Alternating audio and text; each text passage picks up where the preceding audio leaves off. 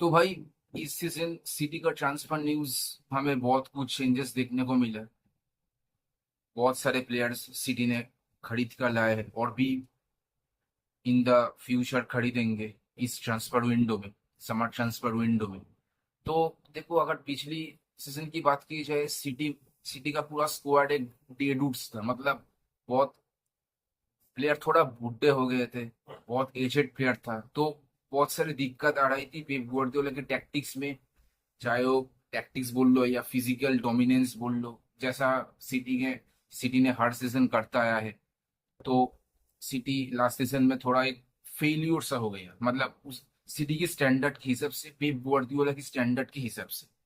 तो एक press conference में पेप गार्डियोला से पूछा गया कि पेप गार्डियोला का क्या प्लान है नेक्स्ट सीजन में, 2025 में और 6 में। तो पेप गार्डियोला बोले कि उसका पहले उसको एक क्वेश्चन पूछा कि क्या इल्के गुंडोगान लीव कर सकती है, जैसे केविन डे ब्रुइनो निकल गया है। तो इल्के गुंडोगान के लिए क्या पेप गार्डियोला बोला है कि क्योंकि वो गैलाक्टासराय से एक लिंक था। तो पेप गार्डियोला बोले कि 1 साल का कॉन्ट्रैक्ट उसका बचा है। अगर फीफा क्लब वर्ल्ड कप के बाद अगर मुझे लगता है कि गुंडोगान का नीड नहीं होगा तो उसको सेल कर सकती है।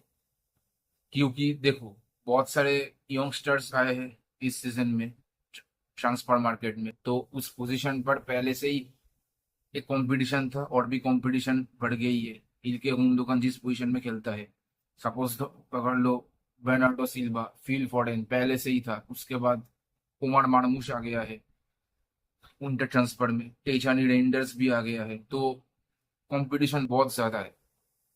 तो इल्के गुंडोगान के लिए पेप गार्डियोला बोला है कि अगर मुझे लगता है इल्के गुंडोगान का नीड है टीम पे तो मैं उसको जरूर रखूंगा। लेकिन कुछ कुछ प्लेयर्स का हिंट दे दिया है गार्डियोला ने, जैसा कि Jack Grealish, Kalvin Phillips, John Stones, James मैकाडे।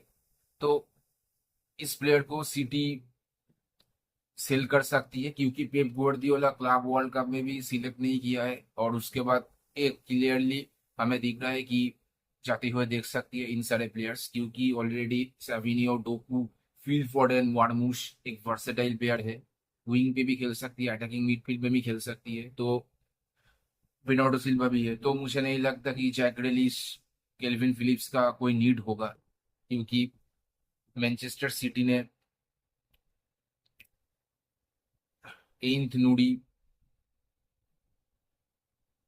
और एक गोलकीपर भी साइन की है। तो ये सारे चीजें देखते हुए मुझे नहीं लगता कि इस सब प्लेयर्स रुकेंगे, और भी शायद निकल सकती है। अभी प्लान नहीं, एक सेंटर बैक भी सिटी प्लानिंग कर रही है खरीदने को।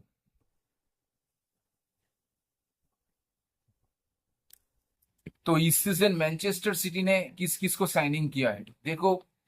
टेजानी रेंडर्स, रायन शर्की, रायन एनुडी एंड मार्कस बेनेटेली, चेल्सी का गोलकीपर।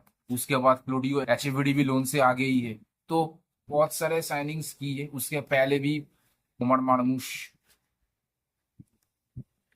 कुशानब, तो बहुत सारे साइनिंग्स की है। तो सिटी का स्क्वाड अब फुल हो चुका है और कोई जगह नहीं है।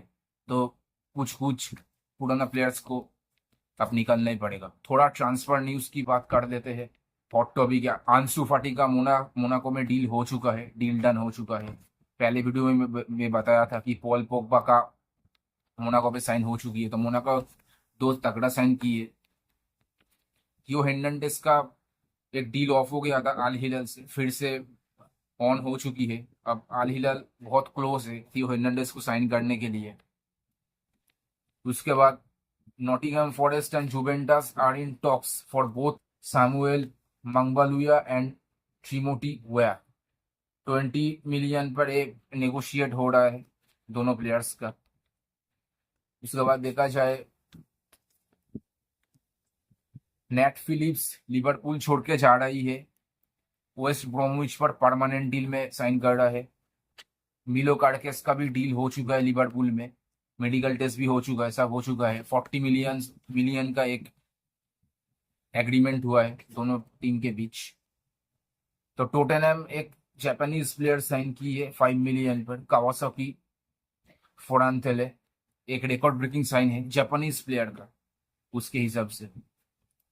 बार्सिलोना ने साइन किया है रूनी बदरागी कोपेनहेगन से।